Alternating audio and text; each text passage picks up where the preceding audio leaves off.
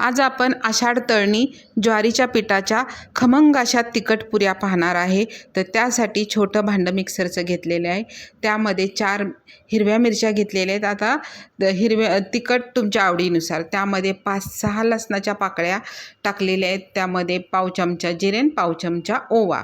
आता हे सर्व मिक्सरमधून बारीक करायचं। हे बघा अशा पद्धतीने आपण त्याला पाणी न टाकता मिक्सरमधून बारीक केलेले। आता एक बाउल घ्यायचा, त्यामध्ये 1 वाटी ज्वारीचं पीठ, अर्धा वाटी गव्हाचं पीठ आणि पाव वाटी बेसन पीठ, हरभऱ्याचं पीठ हे सर्व मिक्स करून घ्यायचं आहे। आता त्यामध्ये मिक्सरमध्ये जो बारीक मसाला केलेला आहे तो त्यामध्ये टाकायचा। 1 चमचा तीळ टाकायचं आणि चवीनुसार मीठ टाकून घ्यायचं। आता त्यामध्ये बघा पाव चमचा हळद टाकायची, अर्धा चमचा धने पावडर, पाव चमचा लाल तिखट आणि त्यामध्ये भरपूर अशी बारीक चिरून कोथिंबीर आणि पाव चमचा कस्तुरी मेथी हे सर्व मिश्रण मिक्स करायचं। आता तुम्ही जर हा व्हिडिओ पाहत असाल तर एक लाईक करा आणि सबस्क्राईब करा।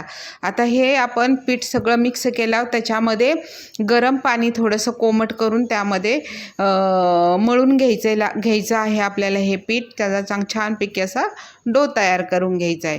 आता हा डो 15 मिनटं बघा झाकून ठेवायचं, म्हणजे ते चांगला मऊ पडतो आणि त्याला थोडासा तेलाचा हात घेऊन चांगला तो मिक्स करून घ्यायचा आणि एका पोळपाटावर घेऊन काय करायचा, परत त्याला रोल तयार करून घ्यायचा आणि त्याचे छोटे छोटे पेड्यासारखे बॉल्स तयार करून घ्यायचे आहेत। आता हे अशा पद्धतीने बघा सर्व आपण गोळे तयार करून घेतले आणि त्याला ओल्या कापडाने नॅपकिन किंवा कापड असेल त्याने झाकून ठेवायचा। त्यातला एक गोळा घ्यायचा, त्याला गव्हाचं पीठ लावायचं, कोरडं गव्हाचं पीठ, आणि हे पुरी छानपैकी आता लाटण्याने लाटून घ्यायची बघा एकसारखी। आता आपल्या ह्याला कडेनी जरी चिरा पडल्या काही हरकत नाही, त्यासाठी बघा आता डब्याचं एक टोपण घ्यायचं आणि आपण एकसारख्या अशा पुऱ्या काढून घ्यायच्या। तर अशा पद्धतीने बघा सर्व आपण पुऱ्या तयार करून घेणार आहे।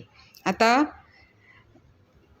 गॅसवर काय करायचं, कढई ठेवायची, त्यामध्ये तेल तापवायला ठेवून द्यायचं। आता गॅस मिडियम फ्लेमवरच ठेवला आहे। तेल चांगलं तापलं की त्यामध्ये पुरी टाकून पुरी अशी वर थोडंसं तेल टाकलं ना की अशी पुरी छानपैकी फुगली जाते आणि आतून चांगली तळली गेली की दुसरी साईड लगेच उलटून घ्यायच्या। तर अशा पद्धतीने आपण सर्वच पुऱ्या तळणार आहेत। आणि काही पुऱ्या अशा फुगत नाही, पण एकदम खुसखुशीत मस्त अशा खमंग पुऱ्या होतात।